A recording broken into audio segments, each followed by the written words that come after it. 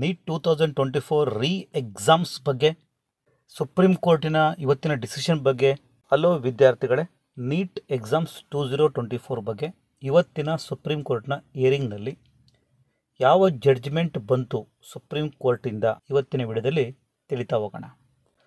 ಮೊದಲಿಗೆ ನೀಟ್ ರಿಸಲ್ಟನ್ನು supreme court announce ಮಾಡಿ ಅಂತ NTA ಹೇಳಿದೆ. ಮೇ ಬಿ ಇನ್ನೊಂದು 3 or 4 ಡೇಸಲ್ಲಿ ಹೊಸ ನೀಟ್ ರಿಸಲ್ಟನ್ನು ಅನೌನ್ಸ್ ಮಾಡ್ತಾ ಇದೆ NTA. ನೀಟ್ ಎಕ್ಸಾಮ್ಸ್ ಆಗ್ತಾ ಇಲ್ಲ, ಕನ್ಫರ್ಮ್ ಮಾಡ್ಕೊಳ್ಳಿ. No NEET exams, but result ಬರ್ತಾ ಇದೆ.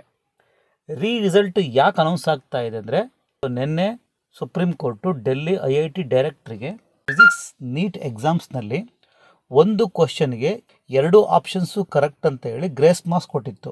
ಬಟ್ ಇವತ್ತು IIT ಡೆಲ್ಲಿ ರಿಪೋರ್ಟ್ ಕೊಟ್ಟಿದೆ. ಆ ರಿಪೋರ್ಟ್ನಲ್ಲಿ 2 ಆಪ್ಷನ್ಸ್ಗಳಿಗೆ ಸರಿ ಉತ್ತರ ಅಲ್ಲ, ಕರೆಕ್ಟ್ ಒಂದು ಆಪ್ಷನ್ ಮಾತ್ರ ಕರೆಕ್ಟ್ ಅಂತ ಹೇಳಿ ಕೊಟ್ಟಿದೆ. ಹಾಗಾಗಿ NTA ಅನೌನ್ಸ್ ಮಾಡಿದ್ದ ಕೀ ಆನ್ಸರ್ ರಾಂಗ್ ಆಗಿದೆ.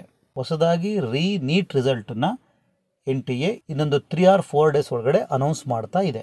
ಎಲ್ಲರ NEET result score card change ಆಗುತ್ತೆ, ರ್ಯಾಂಕಿಂಗ್ ಸಹ ಬದಲಾಗುತ್ತೆ. ವೆಯ್ಟ್ ಮಾಡಿ.